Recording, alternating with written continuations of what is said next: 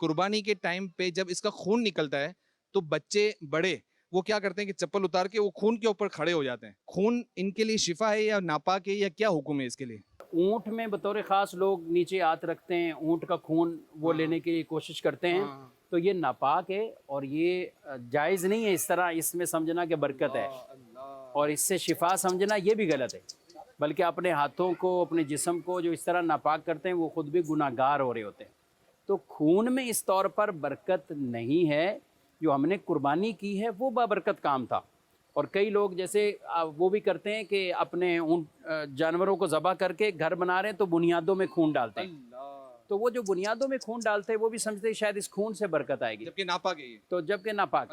تو برکت ہمیں وہ جو صدقہ دے دیا اس میں برکت ہے اور وہ ثواب کا کام ہے. لیکن یہ ذبح کے وقت یا نہر کے وقت، اونٹ کے نہر کے وقت جو خون ہے تو وہ ناپاک ہے. اس